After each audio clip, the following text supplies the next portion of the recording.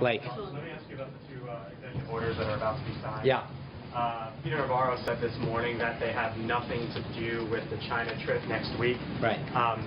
So is it just purely coincidence that it's happening now and the president is set to meet with his counterpart in China next week, or is this somewhat setting the table for what might come next week? No, I think they are both broad-based. I mean, countervailing duties is not something that's targeted at any specific country. So I don't think that you could use that as some kind of indication of any one country. I think we're giving up $2.8 billion a year, and that's coming in all through our borders all across. So that one, and the other one specifically talks about every form of trade abuse and non-reciprocal practice that are currently contributing to our deficit.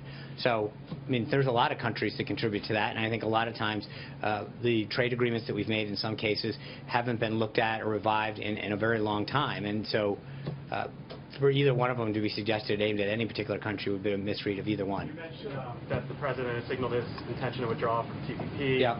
Keystone. You've got these executive orders, a whole host of others. The second executive order that's coming today talks about the first one, a 90-day review. Yeah.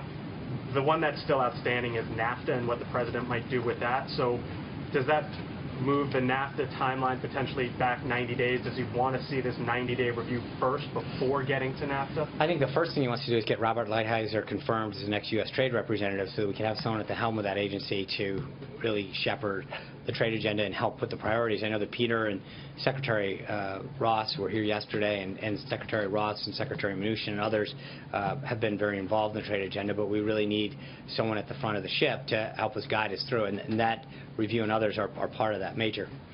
Do you have a timeline? I don't.